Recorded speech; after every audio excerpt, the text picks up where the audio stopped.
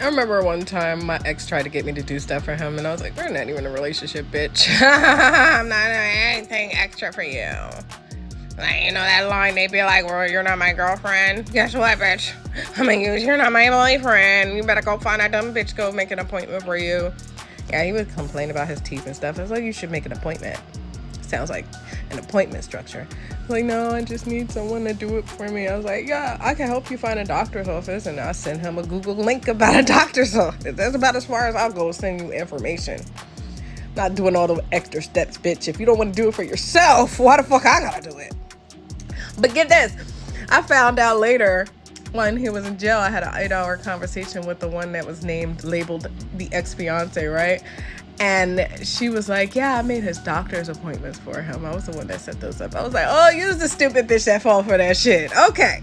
Okay. I mean, like, you wanted to be like, I'm the better woman. I'm the one that does for you. I do it for you. I'm the one that's over there. No, bitch, I ain't doing all that.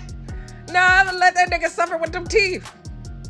Fuck it, if you don't want to fix them teeth better than I want to, like, I don't know what to tell you, nigga. I don't know what to tell you. You don't want to fix your teeth? That's on you, bitch.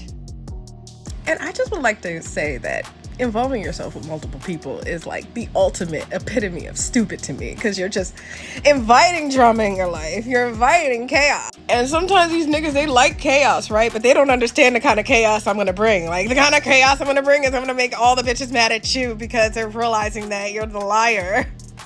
You're the liar, not me, bitch.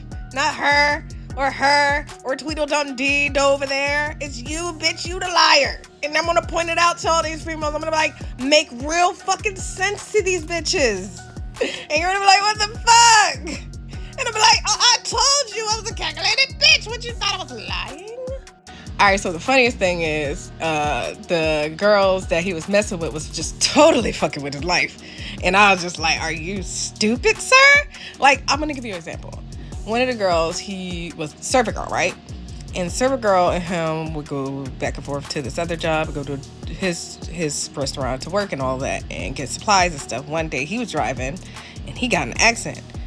But Full didn't have a license, so it went to a direction of, oh, he hit a car next to an officer. That's how much bad luck that bitch was. I'm just saying. I would have looked at the bitch like, bitch, you bad luck. So he kept her around so that he can drop and get off that case. But here's the stupid part. After he got off that case and everything, he kept her around. And I was like, I don't think it's a good idea for you to keep this one around, because, you know, it just seemed like it's going to end badly for you. I even gave him a tip because I had like that psychic sense. I was like, I don't think you should mention your pew-pew around her, or I just don't think you should have it around her. Guess what? Not only a few months after I had those concerns, nigga went to jail. Why did he go to jail? Cause server bitch and her baby dad was fighting, and he ended up fighting him. And baby dad stabbed him with a screwdriver, and she called the police. And baby dad ran off and said, he has a pew-pew. And I was like, well, how did he know you had a pew-pew? Are they pillow talking about you? Because I know you pillow talk. I know for a fact you pillow talk. I counted how many times you said, I don't pillow talk. But let me tell you some nasty shit about this other bitch. And I would just listen to you talk about those bitches. I'd be like, hey, ShopRite, he said you dirty as fuck. Hey, Baba Mama, he said you fucking crazy as hell. And server girl, he said his exact words is the reason why you hurt him so much. It's because you let another man text you good morning before he text you good morning. And I couldn't really deal with you because you was kind of low-key deep delusional crazy. But the Gemini, the ex-fiance, I was able to have a nice conversation with her for about 8 hours, and we discussed you a bit, and we seen you as a little bit of a backstabbing, man-stelling, one another bitch man kind of girl. So I just left you alone because you just wanted the prize, baby. You just wanted the prize, and the prize was a nuclear fucking tactical bomb of epic proportions with the lowest amount of insecurity that you could ever fucking deal with. Me and the Gemini, the other fiance, the ex-fiance, not other fiance, the ex-fiance, she and me was laughing at the fact that he was labeling chicks the way it was. He was like, this shot right, this Aldi, this girl, this that girl. I was like, yeah, you think we was just laughing. We was like, yeah, he really just think we stupid. Oh, well, let him think he's stupid. Let him think we stupid. But ladies, could you understand how fun it could have been if we could have all just aligned and got together and just ganged up on that motherfucker? He wouldn't have had nothing to do. He wouldn't have had nothing to do. We can confront him all his lies. And mama, I ain't got nothing against y'all. But, you know, the little whimsical things you bitches was doing, yeah, it backfired, didn't it? We ain't gonna talk about that. I'm just gonna ignore that and pretend and smile in your fucking face while it backfire on you in the background. Nah, nothing about that. But the dude was stupid, and he did use weaponized incompetence to try to get all of these women to do stuff for him. And he almost got me along with it until I was like, this seems like service work, sir.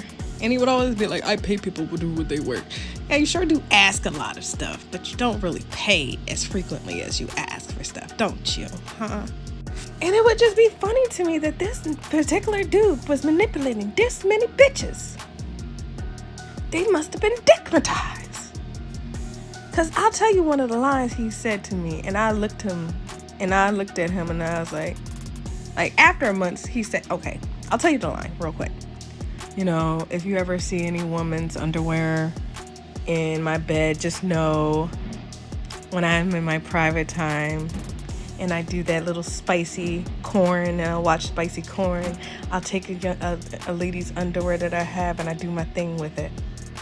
The amount of thoughts in my head was, do bitches actually fucking believe this shit? Dude, if I see some fucking underwear in your fucking underwear in your bed, I'm automatically gonna think that you fucking cheated or did some strange shit, dumbass. Months ago, I was like, you know that thing you said about the underwear? I looked at him in his face. Do bitches actually fall for that shit? I'm curious. He just looked at me. I was like, yeah, I didn't fall for that shit. I told him straight up. I was like, I didn't fall for that shit. So if I see some underwear, bitch, you done.